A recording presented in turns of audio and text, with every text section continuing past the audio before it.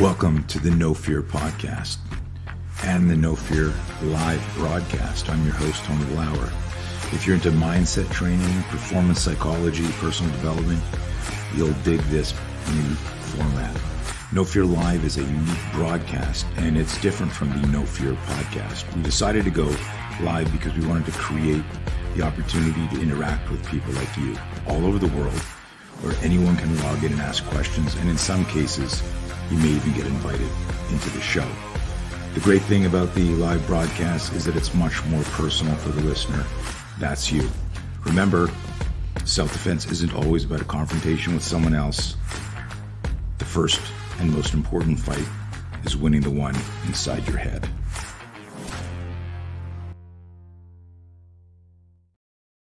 All right. Good, sir. Hoo-yah. How are you? Win the fight in your head first. I love it. I'm doing great. It's good to see you, Tony. Yeah. Let me ask you this, just because yesterday was Memorial Day, as a member of the armed forces, served the country. Obviously, you know, that's a heavy day for any warrior that didn't pay the ultimate sacrifice. How's the weekend for you? For some people, it's very, very heavy. How was that for you? Yeah. It's just another day for me. I don't see any particular reason to have a heavy relationship with it. In fact, you know, Okay. I put myself in the shoes. Like if I was one of the guys who didn't make it, I wouldn't want everyone sitting around mourning me on Memorial Day. Right. I want them to go out, have a beer, barbecue, have a good old time, make it a day of Celebrate your celebration. life. Yeah. Yeah. It's interesting. And it's that, you know, which wolf do you feed mindset, and a lot of the stuff that you work with people on through, you know, the plateaus, the meditation, the self-awareness piece. And, you know, you've been on, do you have any idea how many podcasts you've been on in your life as a guest besides yours? Hundreds. I don't know. That's a good question. I enjoy doing it. Right. You too, right? You've been fun, huh? Yeah, we've done a ton, and I don't know what's going on here with your audio and video, which is very weird. Elise, are you getting that too? It's breaking up on your side, or is it just my side? No, it's on my side too. Yeah. Yeah, Mark, I don't know what's happening. You're freezing and cutting out, but we'll keep going, and hopefully it'll correct itself. Yeah. You know what? It probably is my internet. We've had it rebooted twice. I've called them twice, but I was having this problem last week, and it's kind of bugging me. I don't know what's going on. It's not my Wi-Fi. It's the actual hard connection. They're having issues with it here. Weird. Yeah. Well, hopefully it'll be. Never knew. Those of you that are listening, do me a favor. If you can, let me know if you can hear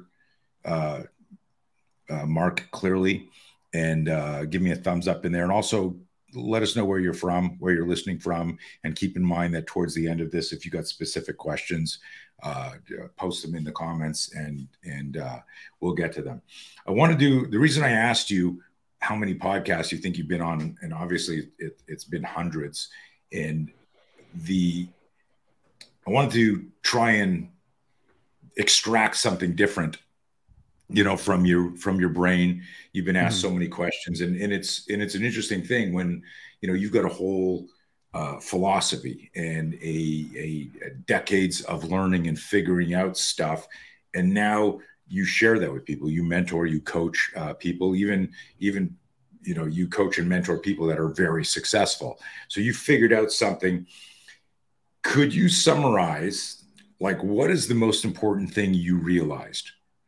And I know that changes every decade. You go, shit, I wish I had known that. But is there like one thing that you go, holy shit, I just realized this? Is there like one big guiding principle? Like in our self-defense stuff, the biggest thing I realized is our choose safety model.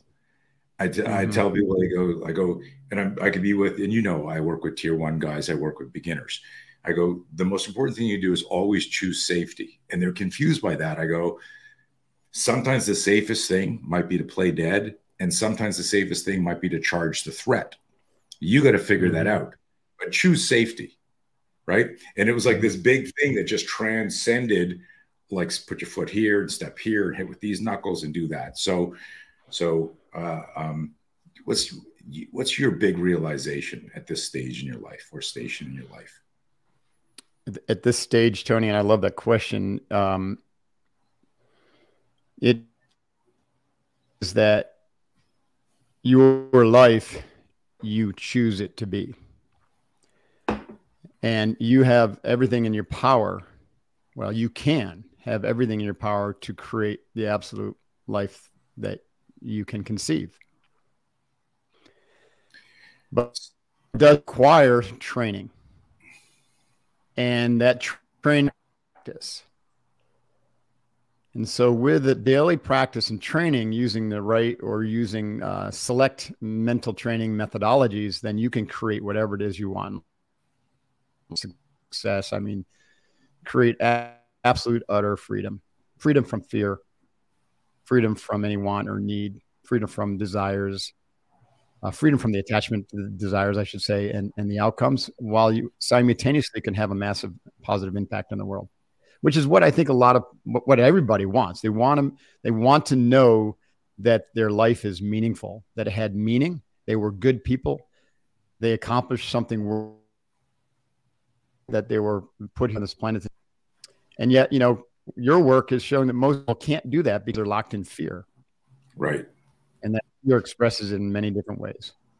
But so, you know, the way we say this in SEAL Fit training is you're capable 20 times more than you think you are, but there's no there. It's not like you hit that 20x and all of a sudden, you know, you're done. It's like then 20x opens up and another 20x. Yeah, you're continually reinventing. So we have continually reinventing, but also continually expanding your potential as a human being. We have this delay, don't we? It's a bummer. I'm sorry about that. It's weird, and I'm just wondering if there's something we can do, because I mean you're such a deep thinker. I don't want people to go, what do you say? Like I did, like your first line, which I believe was, you can create the life that you want, or you can have the life you like. It cut out. So I was like, I was going to tell you. Oh man, what was the very first thing you said? I'm just wondering. I'm wondering what we can do quick, because I can juggle and tell a joke if you can. You know, the only thing that I could think of doing on my end is to reboot my router, but that'll cut me out. They'll take me right out of the room. Right. So it might be worth doing, or logging in through your phone and doing it that way, or I just wondering, because right now, I mean, we can keep talking and see, but a couple of times it did froze. Yeah. And we could just also tell everyone goodbye and reschedule and do it. But like you're completely frozen right now. This is what I see. Isn't that crazy? Yeah. All right, I'm going to reboot. That's crazy. Hang on. And we'll see. Testing 1, 2, 3. That was a fast reboot. Yeah, well, I don't know. We'll see if it works. Well, so far the audio is better. That's 100% for sure. Okay. Fingers crossed. Cool. Get this. So while you were away, somebody from Spain posted this. Oh no, not Spain. That Michael is from Soros. Oh, cool. Yeah, I think that's your mother logging in and posting. Well, he said credible warrior. I think he was meant to say incredible. Incredible, right? He lost he forgot the I in the end. Nice. Now, I didn't know you were a Kyokushinkai black belt. I am actually not. I have a black belt in Seido karate, which is it's actually a child of Kyokushinkai. Okay. The quick story there is Tadashi Nakamura, who was the head instructor for the U.S. for Kyokushinkai. He was sent here by Masayama to head up and run the organization. He left it in the 70s to create Seido. And one of the reasons was that Kyokushinkai was he was going in a direction of really hardcore competition fighting.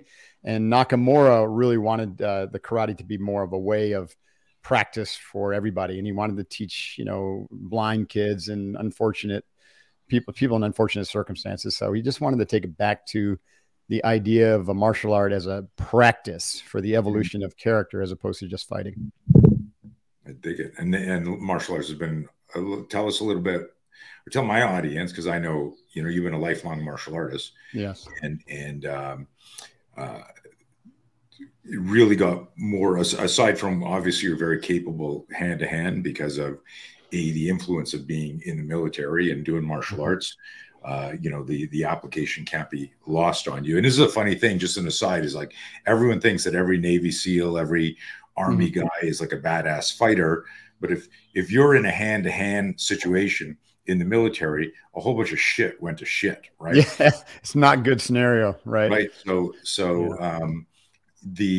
But let's talk a little bit about your martial art journey, because I obviously, you know, we've known each other well over a decade now. I don't even know how long we've known each other. I think it's been longer than that. Yeah. Back in the early days of CrossFit, I think 2008, 2005, 6, 7, 8. Yeah. But what you've extracted from the martial arts have been more of the soft internal skills, meaning the mindset stuff.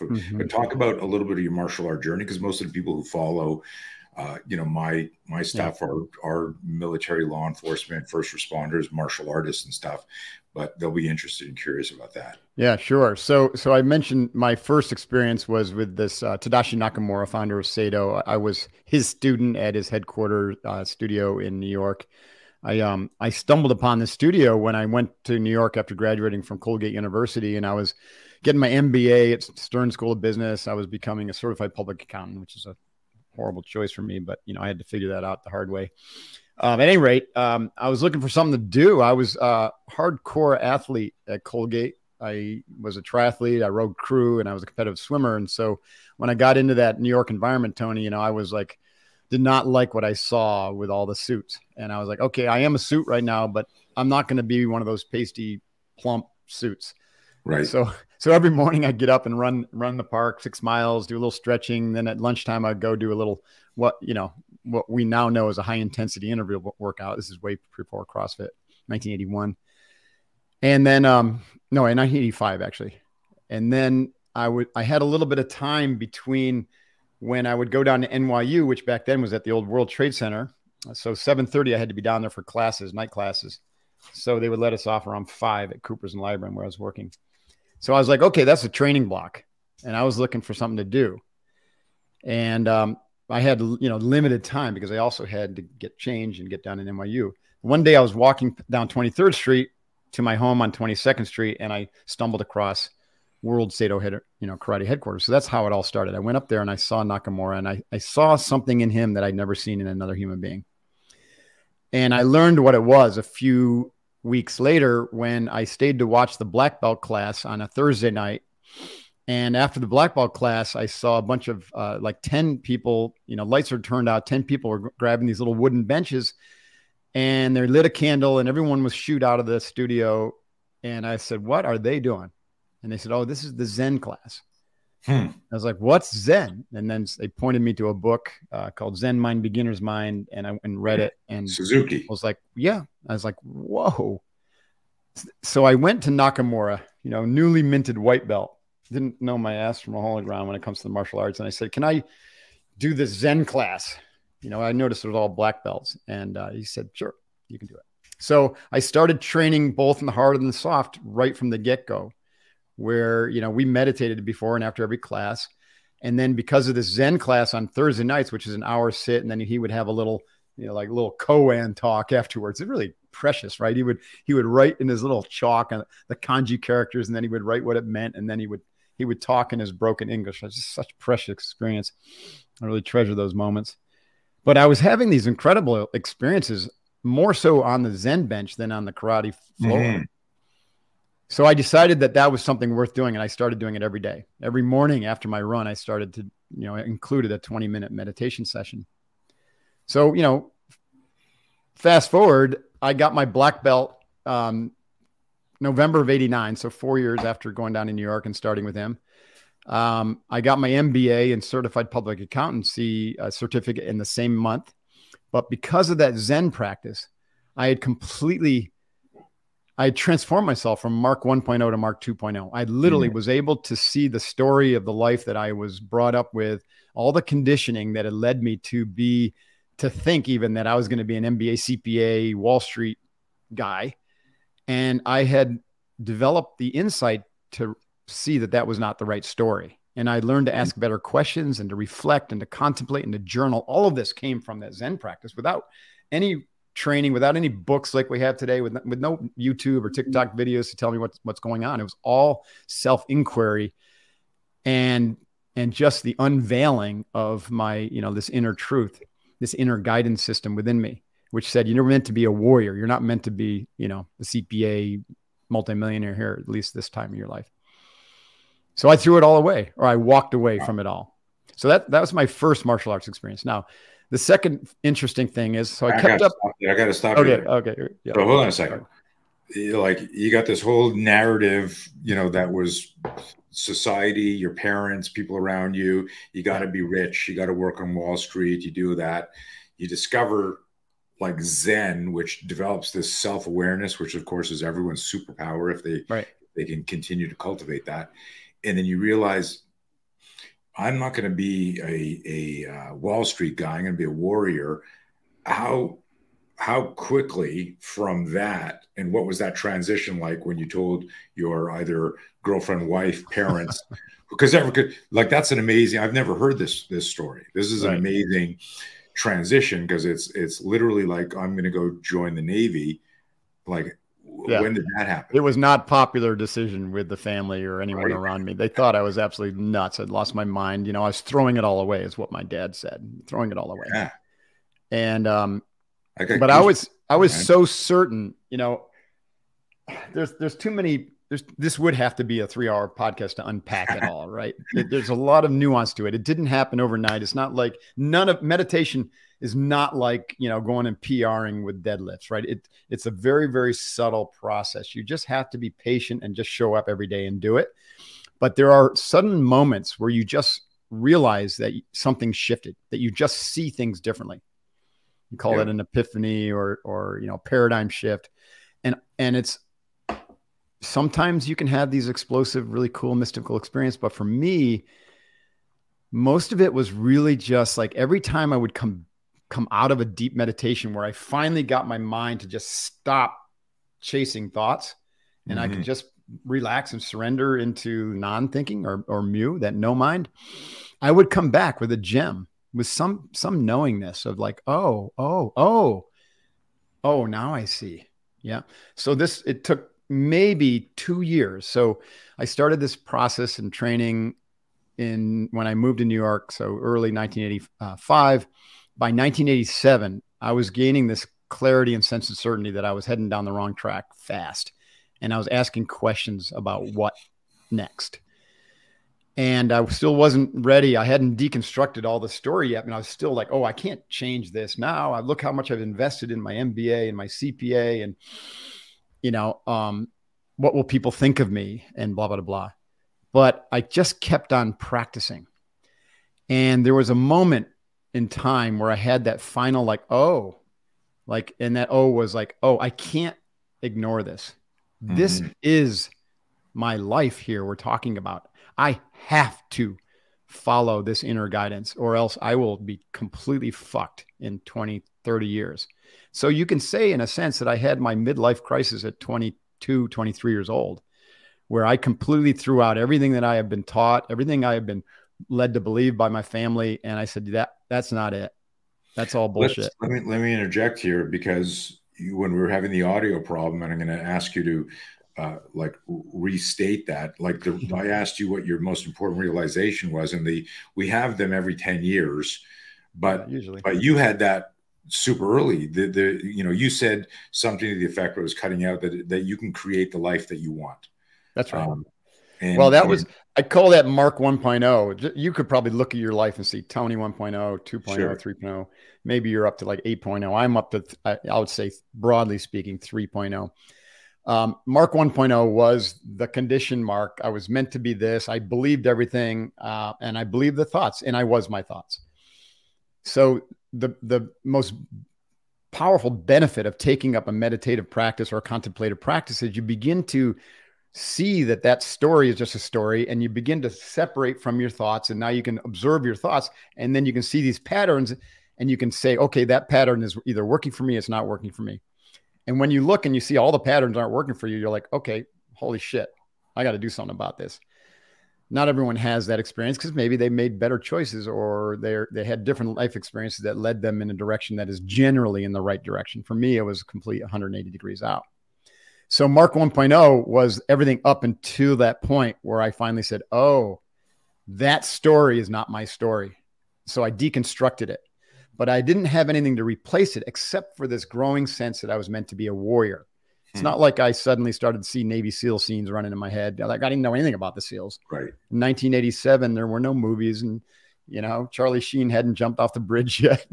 Right. We didn't know anything. So I was just open. I was learning to just open and to accept that there's something new emerging out of this. And so this is where Mark 2.0 came to the forefront, where I was like, okay, what I did in the past wasn't working. So let me try some new things with my mind, right? Let me not believe the stories. Let me continue this practice of opening up and surrendering to, what's emerging inside. What is the true Mark Divine, or the higher self, or the true self really want for me?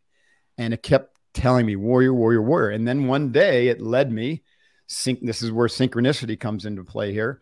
I'm walking down the street, just like I walked into Nakamura's studio, just completely out of the blue. I walked past a Navy recruiting station, not looking for a recruiter, not thinking Navy SEALs, just kind of like in my little wine mongering mode. And there was this poster, and the top of the poster, it said, "Be someone special."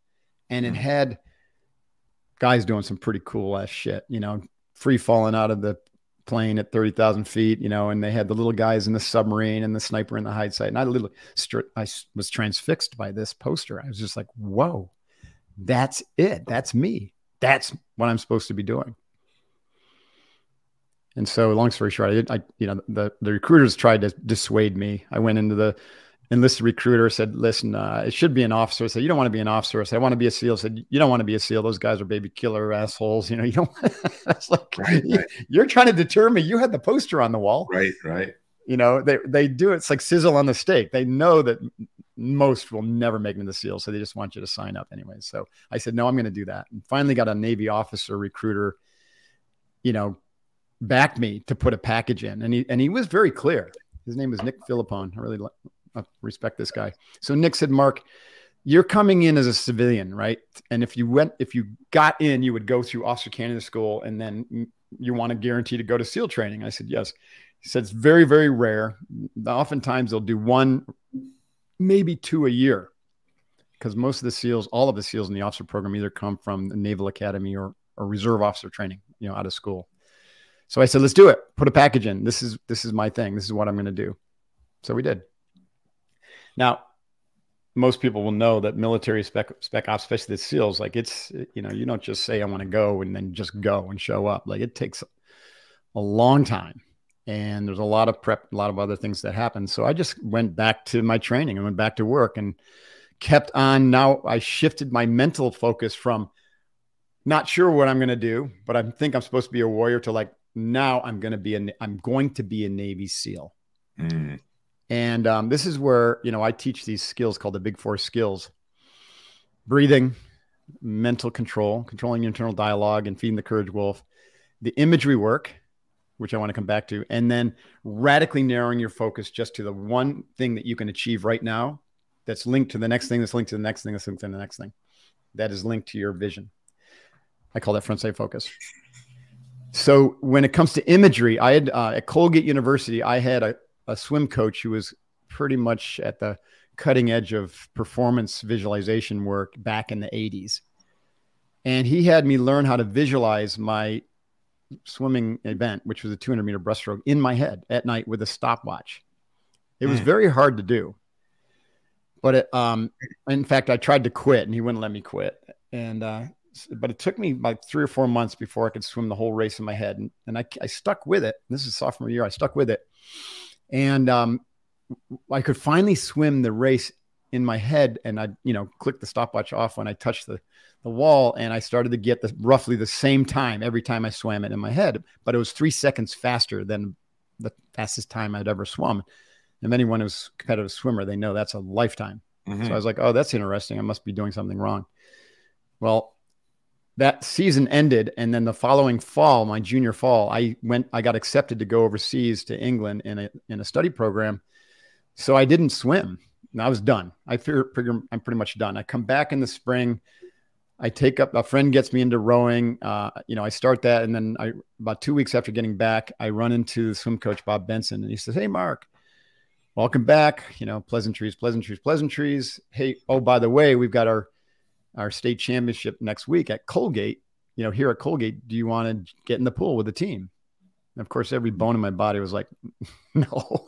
But my head's like nodding yes, because I respected this guy. And so there I found myself on the blocks, and the gun goes off, and I jump in the water, and I'm doing this, my first length, and I'm just like, wow, this feels so familiar. And I swam that race, and I touched the wall, and I looked up at the clock, and I got the time that I'd visualized a year earlier.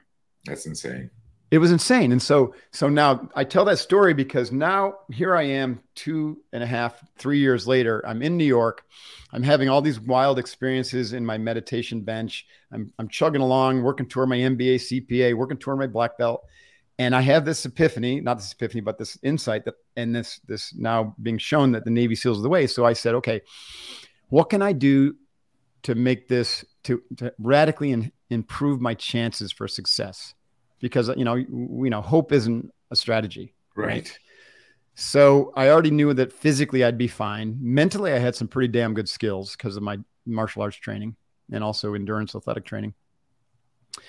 So I said, well, I remembered that experience with swimming. And I said, what if I looked at BUD/S like a performance event? And if I visualize myself going through Navy SEAL training and see myself crushing it down to the wire, down to the moment I actually graduate, that might have an effect. The only imagery work I had back at the day was the training video, the recruiting video, called Be Someone Special also. And so that had imagery of all the 3 phases of SEAL training.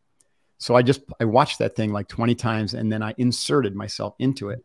And so every morning after my meditation practice, I would sit and breathe a bit, and then I would meditate.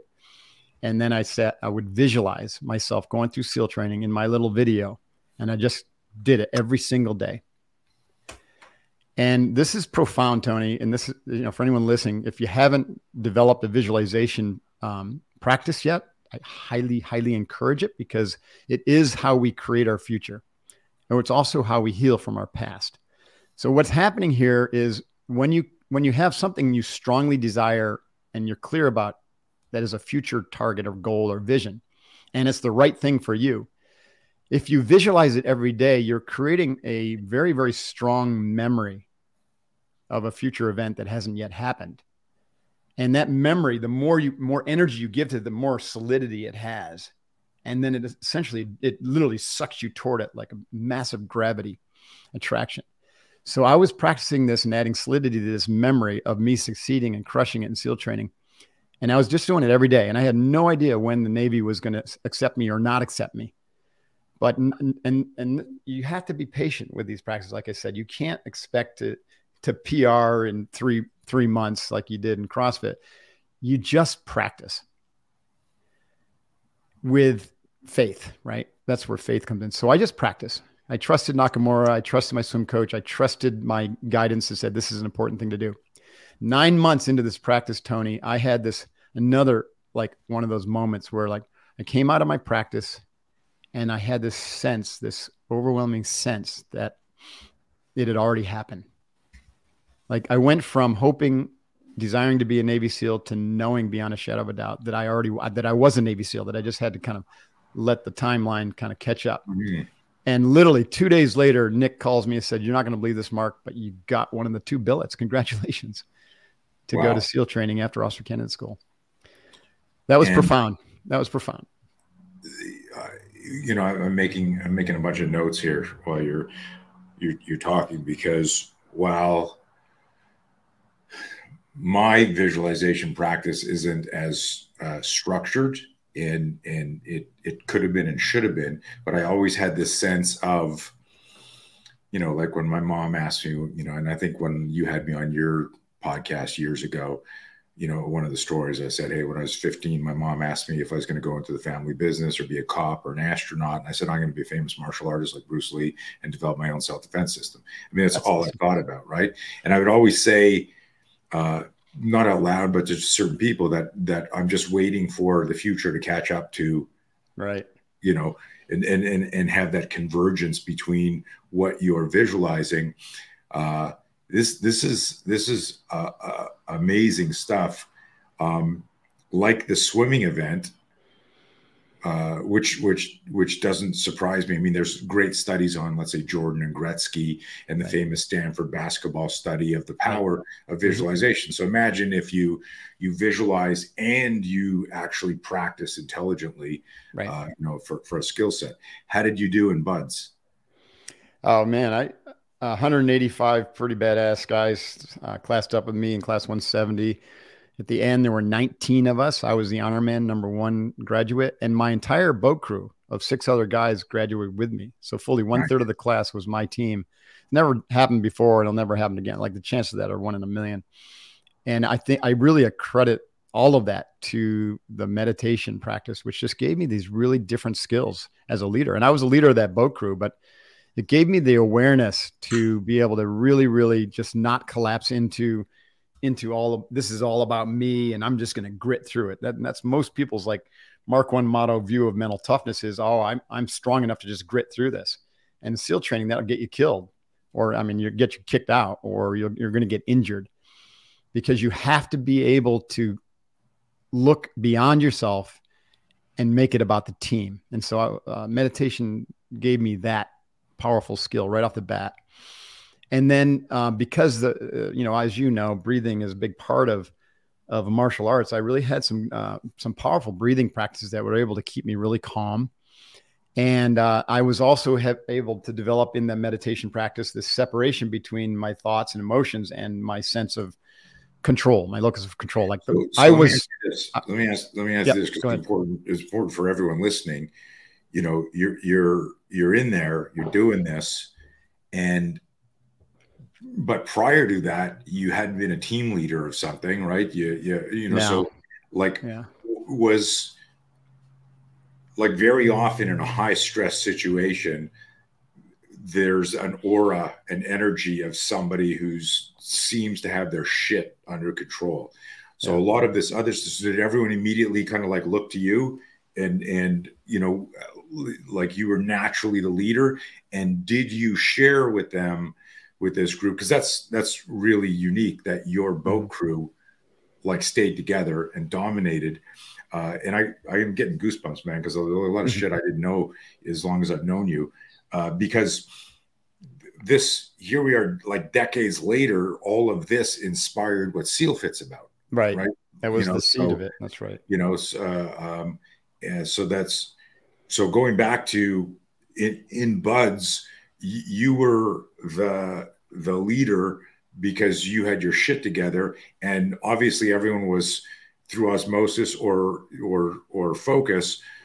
You go, guys, you got to breathe, you got to focus. Like how much of the there was some dialogue, but mostly it's by example. And then when I began to realize that I was doing something different than the other leaders, you know, you'd have entire boat crews quit just because their leader was like, oh my God, I can't do this. And they're like, if your leader can't do it, I can't do it. I remember when I took art, that was one of the things that you shared to all of my affiliates when we did that private gig with you. That was a great lesson. Sorry. So I started to think while I was at SEAL training, like what's going on here? When we're in these that's a SEALFIT thing. Sorry. Yeah, no, yeah. When we're in the shit storms, like when the instructors are masterful at just like really getting under your skin. They say SEAL training is not physical. Ultimately, it's not even mental. It's emotional, because you know these instructors who put thousands of students through, they really can find your weak spot. They can probe and they can put salt in the wound. And so most people either quit or we call it a quinjury. They literally will get injury, but it's a quit. And so what I found with me is like these instructors would try to do it to me, and literally my mind would go to a place where it's almost like they were 500 feet away and I could barely hear them talking. And they were just, they were kind of ridiculous. Like they just could not penetrate. And yet at the same time, I wasn't being cocky. You know, I wasn't sitting there with a big smirk, like you can't hurt me. I was just absolutely in control. And I recognized that those words and their role was just to try to get, you know, to try to get under my skin. And I was just not going to let it happen. And I was able to bring that calmness to the team and say, listen, guys, this is just a game. Okay. And here's the game, right? They want to get you out of control so that you screw up, or so you run around like chickens with your head cut off. So we're not going to do that. We're just going to sit here and breathe. And we're going to think about what's the right action. Right. And then what we're going to do is we're methodically going to take that action. And guess what? If we win, we win. That's great. But if we don't win, we'll at least finish in the top 10%. And we did. Every single thing we did, we finished in the top 10% as a team. And so we were, you know, even with Hell Week, like we were so effective in Hell Week that we got secured early, like 6 hours early from the rest of the class. We got to go take a warm shower and put on dry clothes and go watch the rest of the class get shit beat out of them for 4 or 5 hours more. And so again, this is something I just started to think about more in BUD/S and recognize the value of it. And then later on, about 4 or 5 years later, I was asked to start develop some training programs for the SEALs. And that's when I started to be like, okay, now I want to bring this training to the forefront, because the SEALs weren't training breath control and visualization. You know, you would think they were, but they were not. Now they are. They've taken a lot of our unbeatable skills and now they're implementing them into SEAL training. The Special Forces have implemented them, pararescue, some of our allies are now implementing, you know, what I came to call unbeatable mind.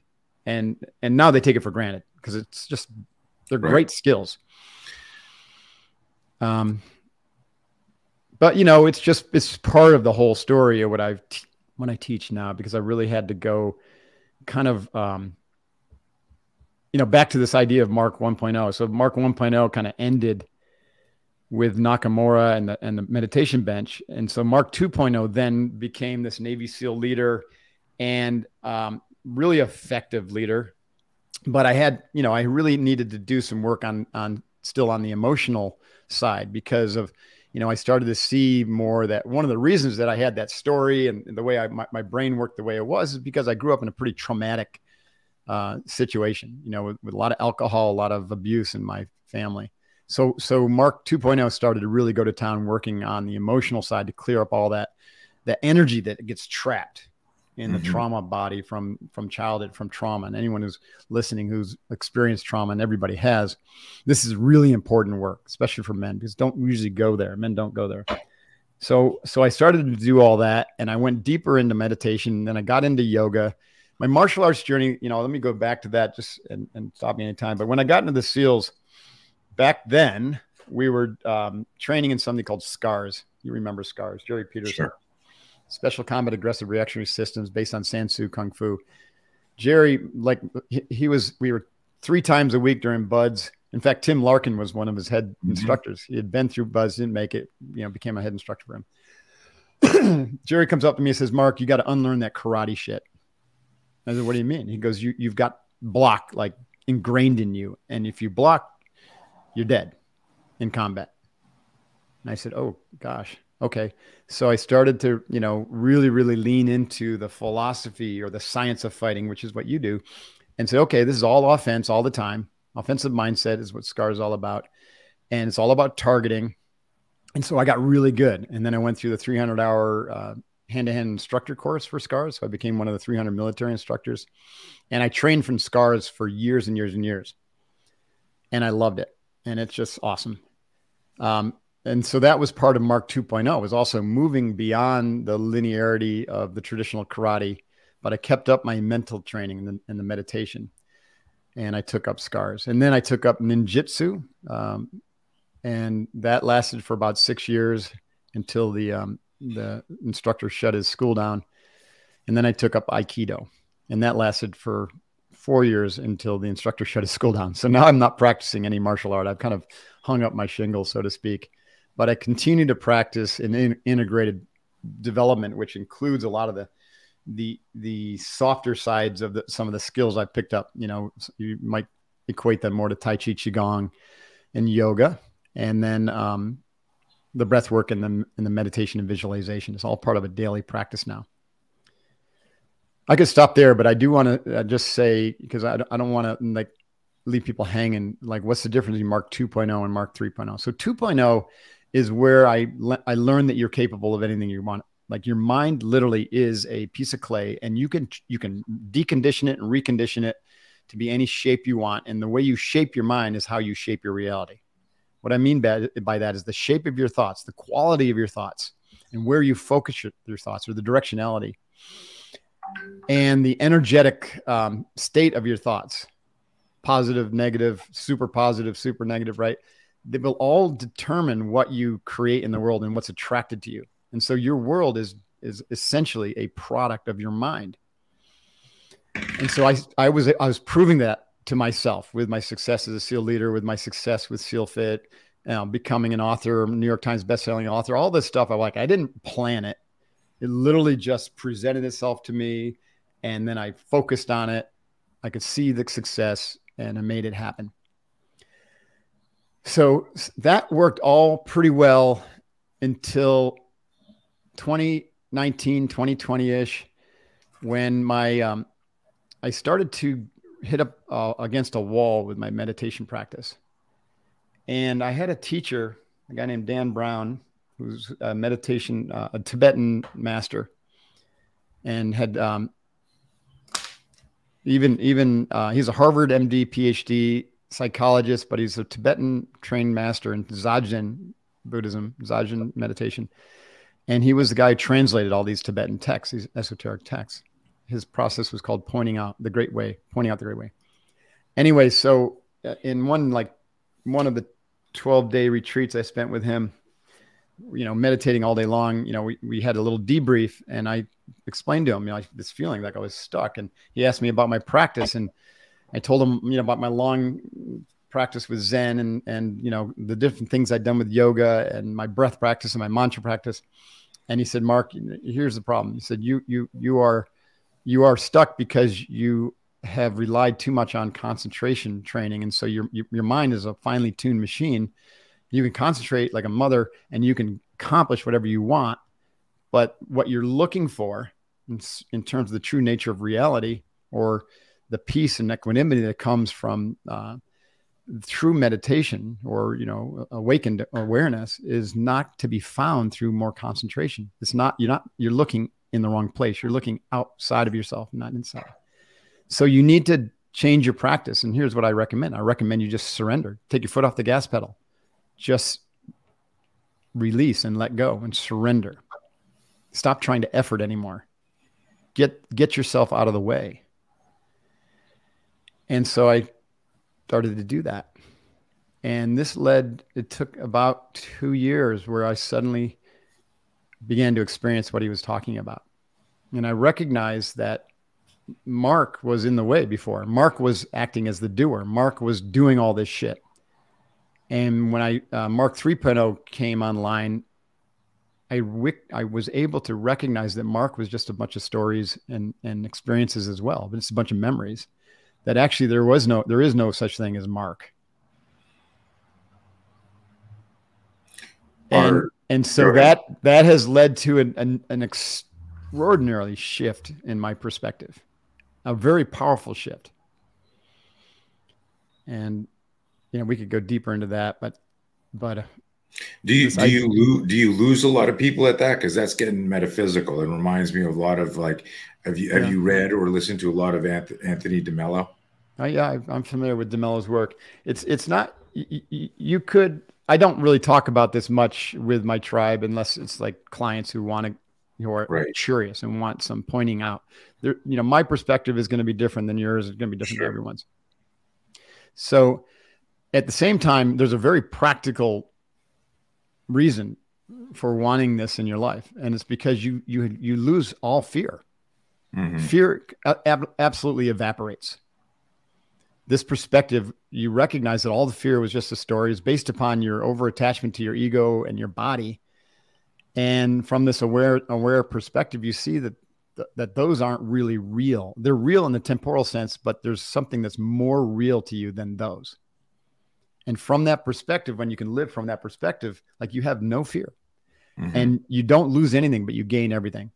You gain absolute, just pure, the truest sense of happiness and bliss and acceptance and recognition that a lot of the disasters that happen in your life just happened, and they happened for a good reason. You can find all the gems in all the crappy things that happen in your life and just be okay with them. And your relationships to other people change. You just stop judging, utterly stop judging, because you recognize that judgment is creating and locking in that which you don't want. You see your life as an absolute projection of the mind.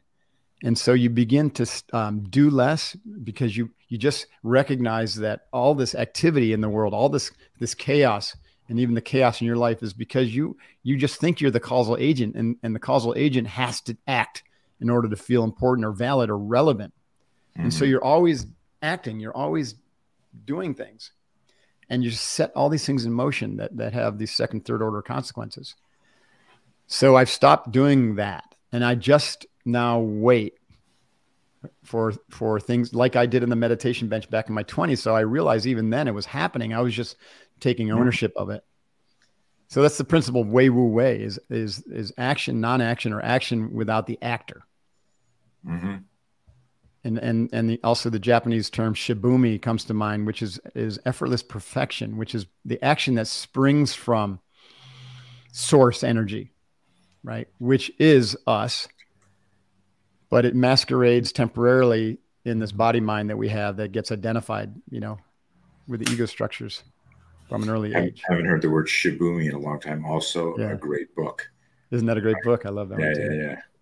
Anyways, Dude, this is very, very deep, very metaphysical, and probably, I'm not judging my audience, probably is like, holy shit, like, whoa, how do we go down this rabbit hole? Where do we go?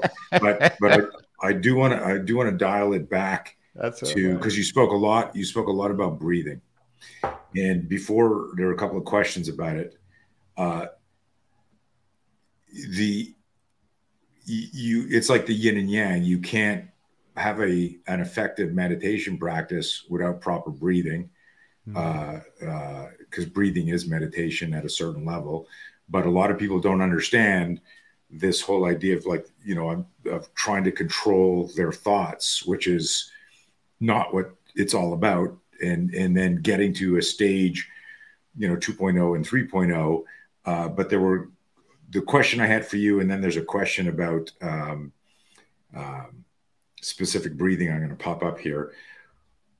What do you think of all the things you do? Like you have a daily practice, right? This morning I got up. I'm in, 63-year-old athlete that was, let's go light back in the 80s was let's fight as hard as we can. There was no warm up. There was no foam roller. There were no cross balls. There was no, prehab friggin' shit. You just went.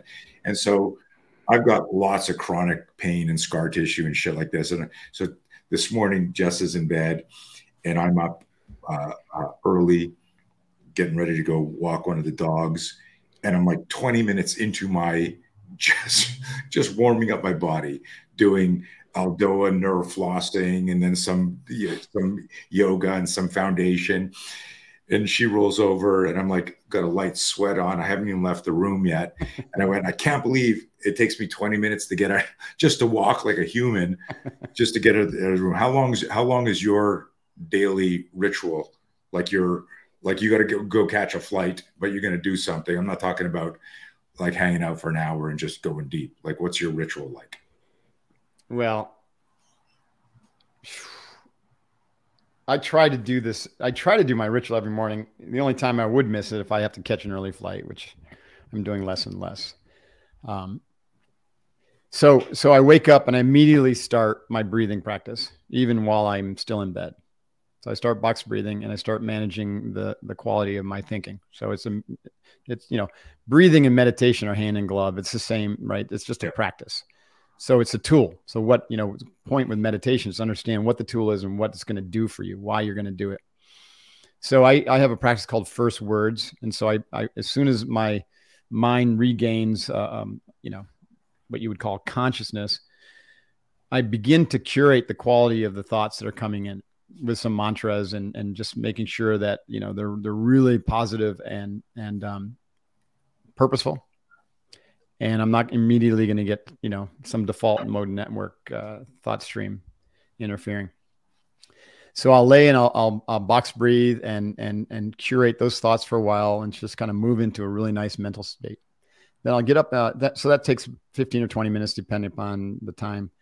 This is before I get out of bed. And then I'll use the restroom. I'll drink a glass of water, usually 12, 16 ounce glass of water to recharge the battery, to top it off. And then I come back and I continue with some journaling and some imagery work. So I have I have a description of my vision written out that I read along with some other things, my purpose, my passions, my vision, some other, you know, things that are inspiring to me. And so I'll read those and then I'll visualize, right? What I call my future self. So all of that can take, you know, half an hour to 40 minutes. And then my wife and I, she's got her own version of stuff. And then we've got some things that we read. And then we meditate again together. And that meditation, that last meditation is what I was talking about. I learned from Dan Brown, or I, you know, adapted my own version, which is complete non-efforting, getting into the spacious awareness of pure awareness, as opposed to, you know, literally moving beyond the mind to be able to watch the mind. Super wild. And so I'll do that for 20 minutes. And so this has become so important for me, Tony, that it's non-negotiable, right? So I don't schedule any appointments before 10 o'clock in the morning, and I will allow something at 9, but it's got to be really important to go, you know, to show up before 9. Then we'll make our smoothie and we'll head down to our training center and we'll do yoga. We do a half an hour of yoga. I do this together with my wife, and then we'll do our workout, a physical workout. And then I'll do a sauna and a cold plunge. Nice. And that's my morning ritual. And my body feels phenomenal right now. And I probably didn't beat it up as much as you were, but you know, was a Navy SEAL for 20 years. Yeah, so. yeah. In some ways, way more. But the yoga, the daily practice of yoga, which I've been doing now for almost 20 years, is just a game changer. But nice. I've learned to do it where, you know, I don't go to a yoga studio. I don't, you know, that takes too much time. So I've got a practice that I developed, which is super comprehensive, takes 20 minutes, and then I'm done. It's all the joints and all the spine, everything really nice and limber. Well, you look good. I'm not thanks. hitting You too. You've done that before. Let's go to a couple of questions here, and because they're breathing related. Carter, who's listening from New Mexico, Texas area, he asks this, and I'll pop it up on the screen here. What is it about box breathing specifically that you feel is the preferred type of breathing during meditation? I suppose I mean this technically. And the reason I'm reading it, Mark, is not because I don't think you can read. It's just some people might be listening to this on Spotify or Apple or whatever. But go ahead. Well, box breathing is simply breathing in a square pattern or box pattern. You know, and I'll usually cue it as inhale for 5 count, get through the nose, deep diaphragmatic breathing. Inhale for 5 count, hold your breath for 5 count. Exhale for 5 count, hold your breath for 5 count. So what happens with this practice, it's a very powerful practice. What happens is you get all of the arousal control benefits of any breath practice. Any nostril diaphragmatic breathing practice is going to massage your vagus nerve and activate the parasympathetic nervous system. So over time, what that does is it keeps you in a really nice homeostatic balance, because most people who don't have a practice to activate the parasympathetic, they get into a state of hyperarousal and they're not even aware of it. And so they overcompensate with alcohol, coffee, and exercise, you know, for at least our ilk, or overeating and other distractions, because we're all in a state of hyperarousal. So we've got to manage that, because you literally, the pathways for sympathetic nervous and parasympathetic, the parasympathetic gets frozen off in our culture if you don't have a practice to constantly reset it and massage it. So you're doing this arousal control, but now because you've added this pattern, which requires you to really concentrate on it, right? You can't be just wandering around mentally, or else you just forget to do the holds, and the holds take an element of concentration. So now you're training your attention control. You're controlling your attention to stop wandering and keep coming back to this box pattern.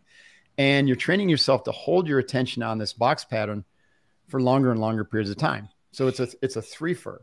You're getting your arousal control training, attention control training, and your concentration or sustained focus training.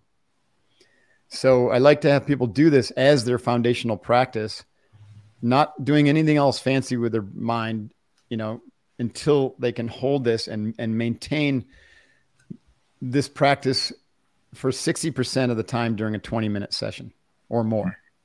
And it takes some time to do that. And also honesty, right? Right. So this box breathing practice is a container for those three practices. And then you can add the visualization at the end, and you can also add a mantra. So you can say, okay, inhale, hold, my mantra from Buds, I'm feeling good, I'm looking good, I ought to be in Hollywood.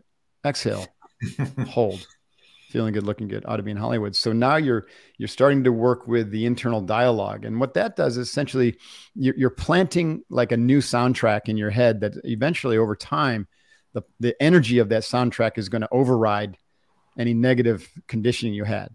The coulda, shoulda, wouldas, I can't, so I don't think I'm good enough. All those patterns or that trainings is, because you're not giving it attention, starts to atrophy. And you're now giving attention to this much more positive dialogue. I call that starving fear by feeding courage. You don't overcome negative conditioning by focusing on negative conditioning. This is like why talk therapy often doesn't work for people, because you're just focusing on the traumas and you're just giving them more energy. You've got to move beyond it and bleed that energy off. So that's a fourth way this practice is really powerful that I use.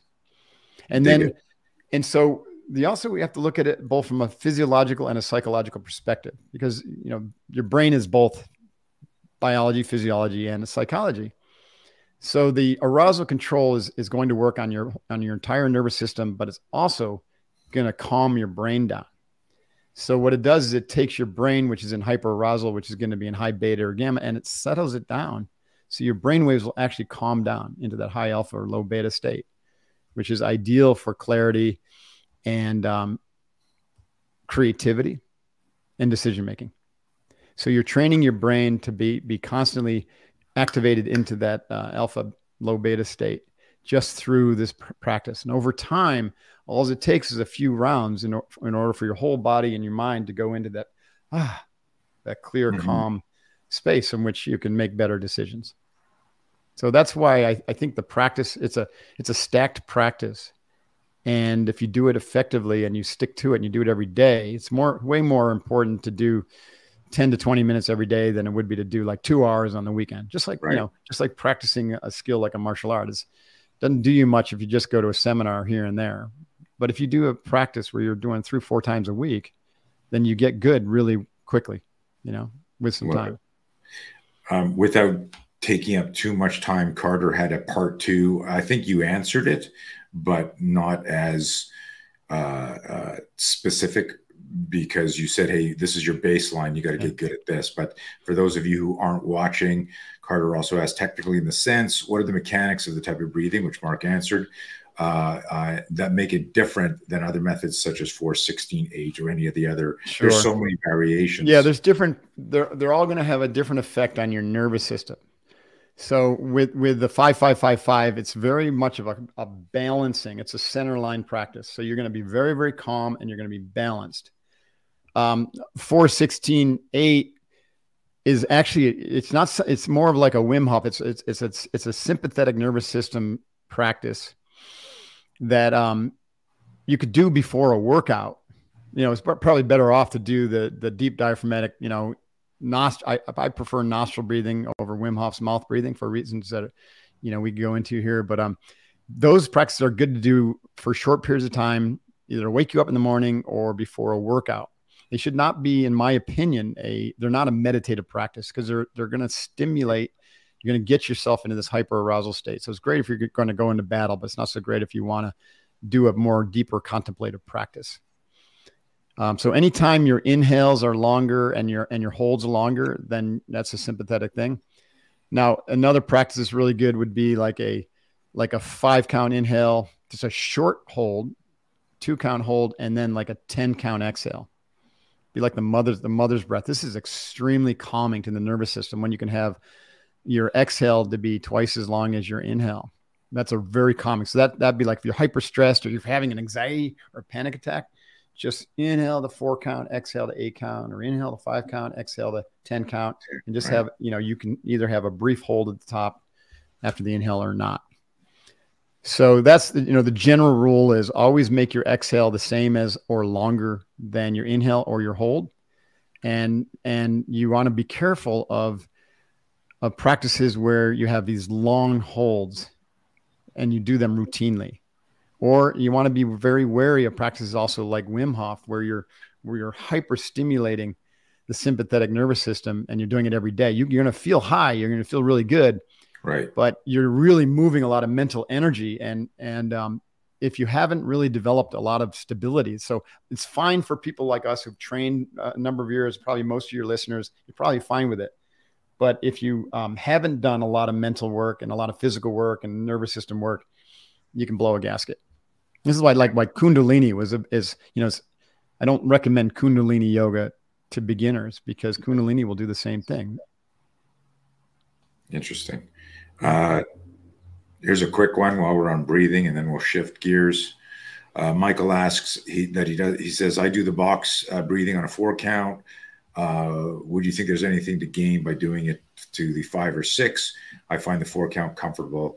Yeah. Would you say that is good or bad? So it's a great question, and it really doesn't matter. A lot of people think, with breathing, like box breathing, that it's like Navy SEAL breath hold training, and we want to get up to 10 count, 10 count times, on each side of the box. It's not true. So 4 count is 5, but the key is you want to go slow and low, meaning your breath is going to be slow through your nostrils and then low into your lungs, like belly, diaphragm, chest, really, really slow, because that's where you get the massaging effect of the vagus nerve. You want that to be nice and long and comfortable. And then the hold, really, the inhale hold is different than the exhale hold. The inhale hold, now you're full of energy. I like to add imagery work here where you're seeing that energy diffuse throughout your body and, infuse every cell with that life force and that oxygen. So the inhale hold is going to be done with an uplifting feeling. Like you're not going to clamp your glottis valve and create back pressure. So that would be a mistake, because that creates pressure in your heart. So you inhale and then you keep that lifting sensation as if you were continuing to inhale, but you stop. And then you just hold. Now the holds, aside from giving you that mental concentration hook, right, which is really valuable, the holds are your ability or your opportunity to experience doing nothing, to experience the mind settling down. Because what you find out through these practices, Tony, is that the breath moves the mind, right? It's almost synonymous with thinking. Like when you're thinking really fast and agitated, you're breathing really fast. And when you're calm, really calm and slow breathing, then your mind is really, really calm. So when we hold our breath and we seize or cessate our breath, then our thoughts cease. And so one of the benefits of this practice is you begin to develop that separation between your witnessing self and your thinking self. And that is actually what mindfulness is supposed to teach you. But a lot of people fail with mindfulness because it's very difficult to just go right to mindfulness with your body, and your physiology hasn't had this preparatory training that we're talking about with box breathing. And then even with the box breathing, you can develop that mindful awareness and the separation from your thoughts. You don't really need to take up a mindfulness practice because it actually naturally happens as a result of this practice. The last thing I'll say to Michael's question is, especially with the exhale hold, a lot of times I teach this, people are like, oh my gosh, I can't hold it. I get a little nervous or anxious in the breath exhale hold at 5. And I said, fine, just scale it down. Either do 4 count, across all 4 stages, or you could do 5, 5, 5, 3. It doesn't have to be a perfect box. You don't want to get anxiety or create anxiety in any of these, any of the stages of this pattern. It should be comfortable. And that's really the point, folks. There's something that I started telling my students in the 80s. I recently used it on a post, but the degree of clarity with which you define something determines its usefulness to you. Yeah. And a lot of people, if you don't know exactly why you're doing something, it's like, shit, I'm in a gunfight, and you grab a rifle instead of a Derringer. Like, what's the scenario? Are you at a Wild Wild West cheating at a poker game in the Old West, or are you on a roof? And so, not that breathing metaphorically can really be a weapon for you when you need it. Like, if you can control your mind because you can control your breathing, and that's what happens. Or you need to psych yourself up. It's interesting. I've worked with a lot of pro fighters over the years. And I tell this story, Mark, of like being like underground at a UFC fight or an MMA fight or a boxing fight. And unless you're Conor McGregor, you've got 6 or 8 or 10 sometimes fighters in the same changing room getting ready. And you'll see, one guy sitting there. And I remember telling a story about Maurice Smith. You remember Maurice? Mm-hmm. I don't know if you knew him, but he won. He was a K1 champ. He was a world-class Thai boxer. He won a UFC title. He was a badass professional fighter, gladiator. And I saw him later in his career where, like, part of his pre-fight ritual was, headphones on, lying on a massage table, just listening to music. Mm-hmm. And then if you looked over, there's some guy sitting on the bench, his leg is going on the floor, mm-hmm. like his sewing machine energy. And then there's somebody else like walking around like this, punching himself in the face. And then there's one other guy banging his head against the locker. Right? And you could see, and I would explain this to people, like when I'm mentoring coaches, I'd say each person here is doing the ritual they need in their mind to prepare for the fight that they're going to experience. But if I went in and I said, look, guys, let's mirror world-class success. If you do what Maurice is doing, you too can become a world champion. And I'm being facetious here, mm-hmm. because if I said, here's his playlist, go lie down on a massage table and listen to, smooth jazz, you may need at your career right now heavy metal, and you need to be walking around the room doing that because right. So that's Mark 1.0. That's right. Mark 2.0. As your career progresses. So folks, this little rant is this, like, you need to be able to, and I don't know if you ever read this at some point, but I wrote an article in 1993 called Presumed Compliance, the theory of presumed mm-hmm. compliance. And right in the beginning, I said, how you think affects how you feel. How mm-hmm. you feel affects how you think. Both influence how you move. Mm-hmm. And the mind navigates the body.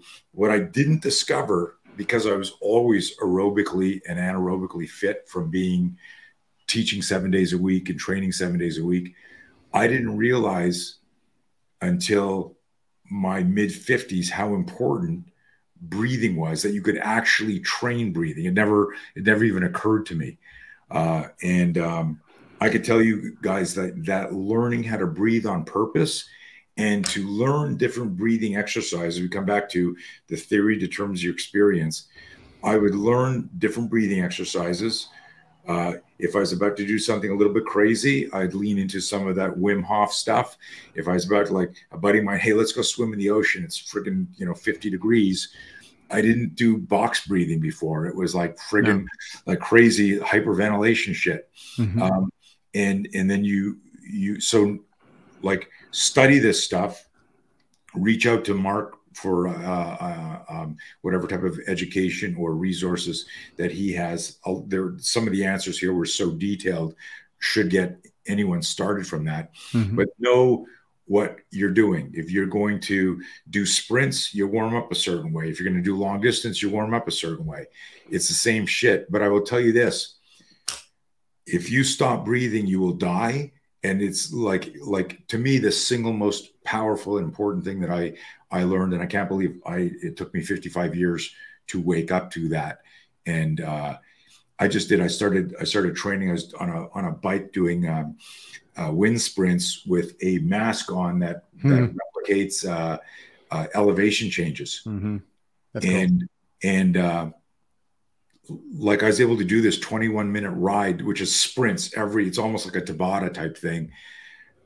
No problem. Didn't have to, like the machine tells you if you're out of breath, watch your heart rate. I was fine. And the only reason I was fine was because I've been doing breathing twice a day for the last like 8 years. So I concur. Dude, this is exciting conversation. Thank you for sharing your insights.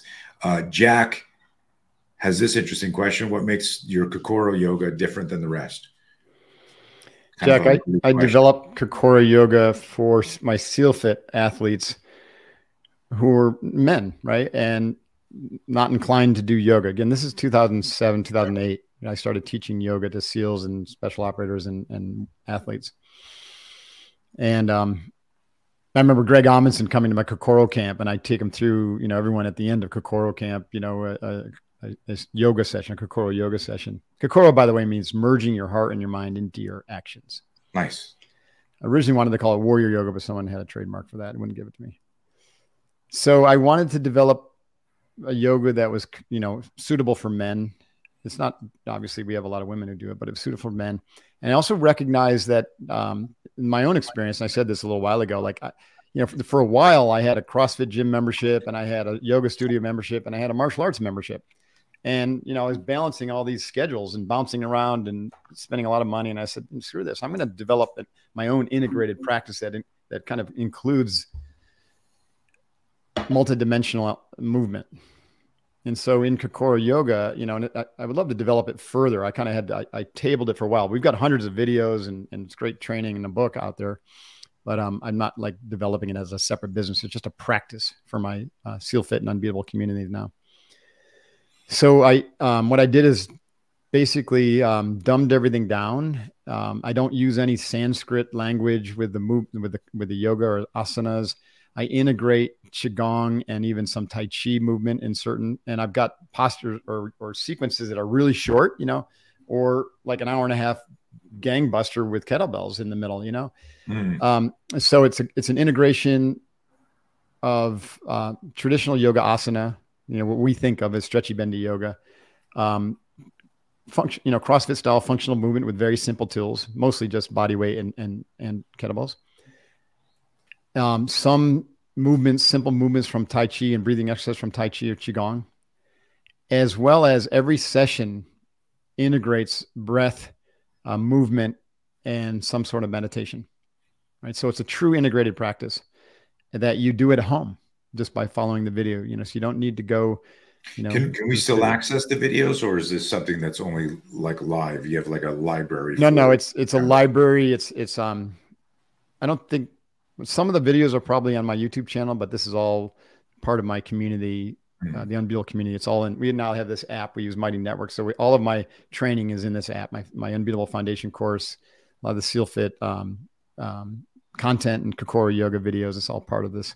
Let's pop up that website. Is it just your main website, the Mark Divine website? Unbeatablemind.com would be the best place to find that. Lisa. And markdivine.com has a lot of that stuff, but or just drop us an email, info@sealfit.com, and we'll show you where that is. Beautiful. Yeah, the community with all those, that's the target rich environment. If someone says, hey, I want to kind of dive into what Mark's talking about and access this training, then our Unbeatable community is pretty cheap from my perspective. It's $39 a month. How much? $39 a month. That is cheap. Yeah. It's good or stuff. inexpensive for the value. Yeah. Right. Right. Thank you. Right. Yeah. This was wonderful. Hey, we're at an hour, 15 minutes. I have a couple, one or two more questions. Talk just not quickly, because I don't want to censor you, but talk about the 5 plateaus. Okay. So part of my Unbeatable Mind operating system, the model for training, one of the outcomes of effects we're trying to achieve is to accelerate our growth. And developmental psychology has mapped stages of development.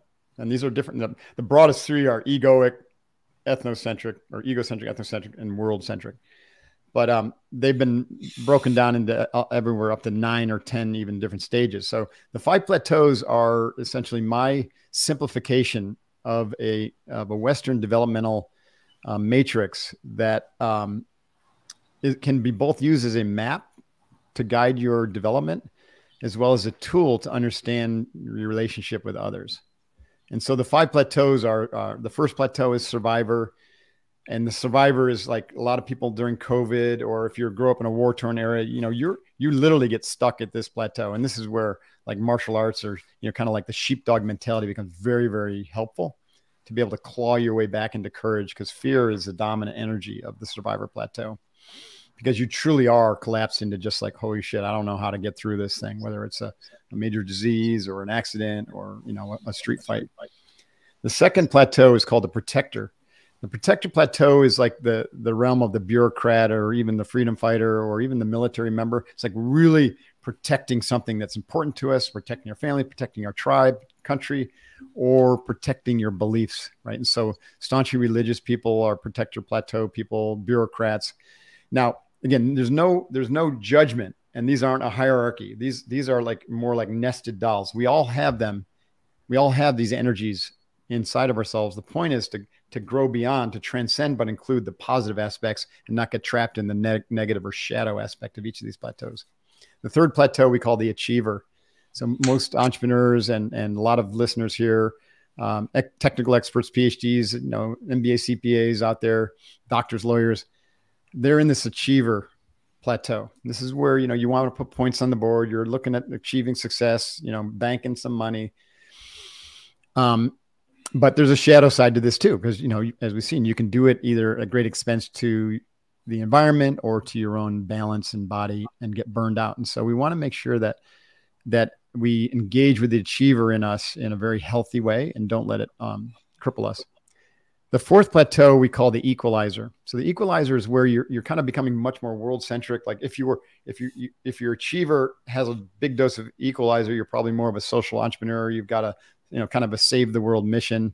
You're going to be into the green movement. You're probably going to be more aligned with this current administration than you were with the Trump administration, which is probably more of the protector plateau. But the achiever has a lot of benefits, but it also has a lot of shadow there, because what you see in not the achiever, but the equalizer, you see a lot of equalizers who, basically come from the perspective of my way or the highway, or if you don't have this view, then you're just flat out wrong. So you see this in all the woke culture bullshit. So these first 4 plateaus are all like pre or post conventional, but they're not at an integrated level where you have the ability to include everything that's before it. So the 5th plateau I call the integrator.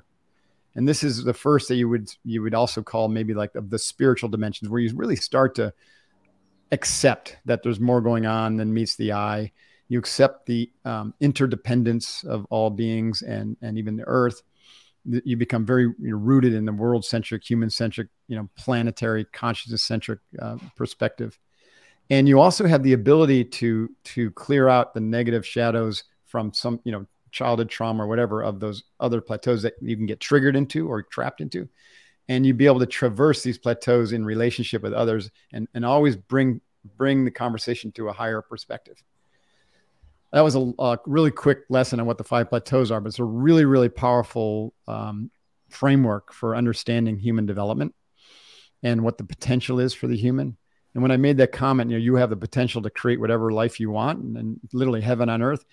That is if you develop yourself to this integrated plateau and learn some of the techniques that we're talking about that lead to complete transformation of the body and mind. And that all happens at the integrated plateau and the higher stages of that. I don't know if there's anything to this, but where my wild brain went is this idea of box breathing while contemplating the plateaus. Yeah.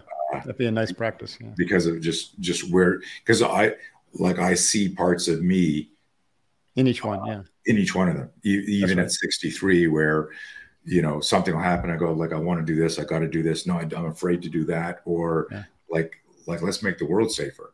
Um, yeah. And the point is everyone has a center of gravity. So as you were thinking, you know, you might've said, well, my center of gravity is still the achiever, and that's fine. There's no judgment here.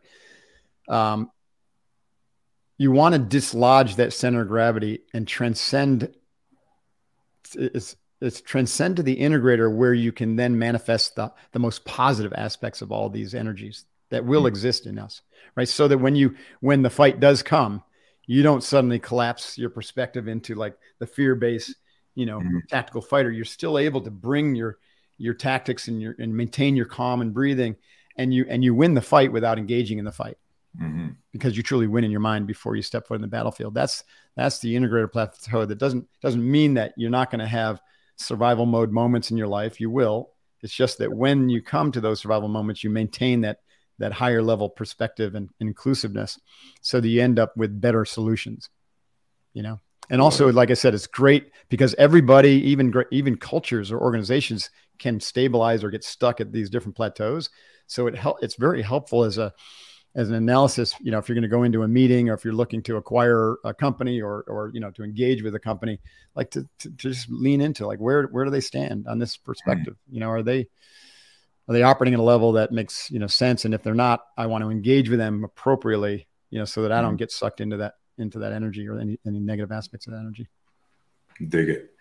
Okay. This is an interesting question that I have, and it'll be our last official question. And then I got one more question for you.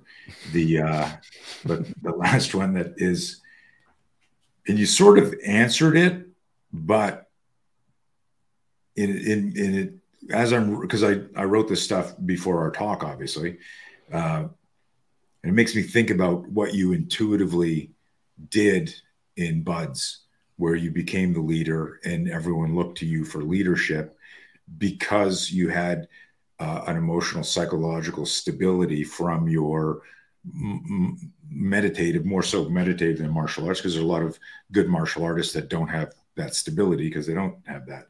So my question was this: after training hundreds and thousands of people over decades, what do you believe is the driving force or defining characteristic that separates winners from quitters? Not losers, but quitters. Because you've got, and that's why, like, when I reread it right now, I realized, like what you said, of like how many people were left after Buds. You had they weren't losers, they were quitters. They were still elite athletes. They were still like badasses. They just couldn't hack the emotional, psychological duress of Hell Week and other training.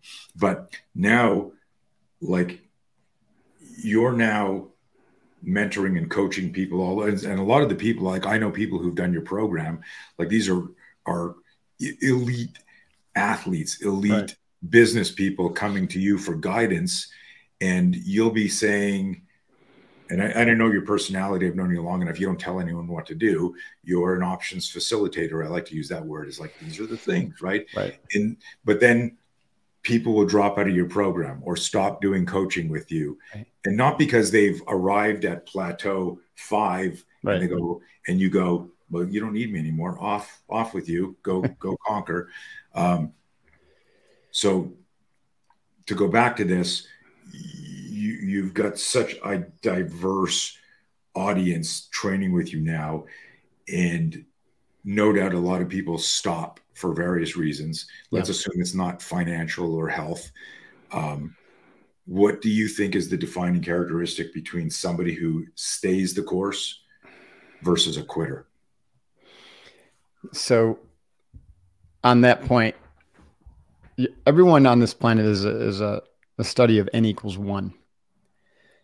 And so success is found through self-inquiry, self-proof, right? So someone who comes into this program and doesn't finish or quits my program, generally speaking, I would say almost in every case, it's because they're approaching it intellectually. They're just fascinated with knowledge. And they just want some knowledge. And so they consume the knowledge and they're like, I got this. And then they move on to the next shiny thing.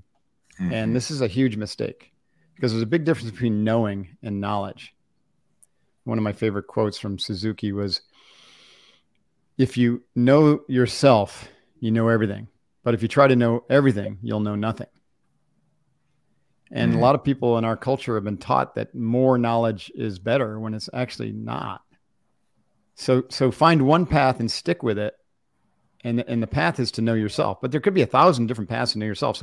So it's possible they just weren't attracted to my path to know themselves, but it's more likely that they downloaded the program and they read it and they tried to consume 12 months of content in 2 weeks. And they said, oh, I got this. I understand it all. And then they move on, and they don't. Right? Because they don't know. Knowingness comes through practice, through internalization, through proof. And another aspect of that, another way of saying that is part of this training is to teach you that this world is your world. What I mean by that is there's not a single world out there. There's 8 billion worlds. So if you want to improve the world, the only way you can do it is improve your world. That's what I mean by being a study of N equals 1. Improve your world. Well, how are you going to do that? You have to develop physical, mental, emotional control, deeper awareness. You have to turn the flashlight within and to know thyself, like they said in the Oracle of Delphi. And then you can curate the world that you want, and then that world will show up in short order. And then you're like, it's like Gandhi said, you got to be the change you want to see in the world. That's kind of one of my new mantras is for my community is let's be the change we want to see in the world, but let's do it at scale as a community, a growing community. Because if we're all thinking positively, feeding the courage wolf, we've got a positive view of the future beyond whatever chaos is happening in the next few years. And we see the sameness in everyone versus, pointing out the differences and fighting about them, then there's a certain tipping point where a global population of 100 million or something around that, thinking, believing, acting, voting with their feet and their pocketbooks that way, guess what? Then you'll see the consensus reality start to change. It's like you don't like, if you don't like something, going out and fighting it actually just makes it worse. That's just why, like, the war on drugs made drugs, problem worse. The war on poverty has made poverty worse. The war on terrorism has made terrorism worse. So you have to put your energy in exactly the opposite direction and change your world. That's heavy, man. I dig it. Me too. Yeah. Okay. Well, that seems like a wonderful saving the planet Earth and all the people on it. Sounds like a good place to stop this conversation. Is that all you? That's it. That's it. Just easy day. Like a plan to save the world. Is there your world, right? Is there anything else you'd want to share? Anything that you're going to get off and go, I wish I'd said this or done that. I mean, first of all, thanks so much for doing this. I love talking to you. It's so much fun. You're awesome. You've been a good friend for so long. Is for everyone to just calm down, just stop freaking out about everything. Just, it is what it is. And there's always going to be, times that seem chaotic, and there's always times that seem peaceful, and whatever's happening right now will pass. But a lot of people are freaking out in the world, and they're scared. And my message to you is just stop, control that fear, win in your mind before you step foot in the battlefield every day, and just watch that your world will change, and stop listening to the freaking news. It's all bullshit. I haven't watched news. I don't know if you're like that. I haven't watched news or plugged into network news for over 25 years. I don't even watch TV at all. And people are like, are you going to watch the game this week? And I was like, no, I don't, because I just don't like the commercialism and all the mental conditioning that's happening. So you got to take control of your mind. And when you do, you take control of your mind, then you control your emotions, and then you start to develop this sense of real stability. Like I say, you get to be the center while yes and no chase each other around the circumference of your life, but it never moves the center. So just stop, slow down, relax, and breathe, and feed the courage wolf, and everything's going to be fine. I love it. I love it. How do people get on Mighty Networks? Is your community's linked on the main sites? Yeah, you have to come to Unbeatable Mind and enroll, you know, because we charge a subscription. We don't do that through the app. Okay. Because Apple would take 30%. Right. Yeah. So go to unbeatablemindcom and know that the site is under, you know, kind of a rebuild. So if you can't find it, then just drop me an email, info@sealfit.com. I'd love to have you in there. That up again, Elisa, and unbeatablemind.com for the other stuff. Let me see. Like, dude, this was amazing. I had no idea where it was going to go. Like I said, when we logged in, you know, it's also Tony, sorry, I do have a weekly email, a weekly newsletter that I send out every Tuesday, and you can subscribe to that at markdevine.com, and that would keep you up to date. It's a cool name. I just saw it. Called Divine Inspiration. Divine Inspiration. I couldn't. I was going. Was it Divine Intervention? That I almost called it that, but it's, yeah, that's a good one too. That's the serendipitous byproduct of it. It starts with the inspiration, becomes an intervention. Dude, so good to see you. And we got to get together, have another steak. We got rid of that barbecue from the last. Did you? Didn't pass muster, huh? Yeah, Jesse returned it the next day. So, she's like, what the fuck's this? Boom, gone. I got to have you over to our place. See ocean view. Let's do that. Please, let's do that. Okay, hang on one sec. I'm going to hang off here. I want to make sure everything uploads fine. And so stand by. Everybody, those of you who stayed on during the talk and asked the questions, got your answers. There's an amazing opportunity to get some private coaching from Mr. Devine. So, dude, we'll have you on again. And I appreciate you. Stand by. Ditto.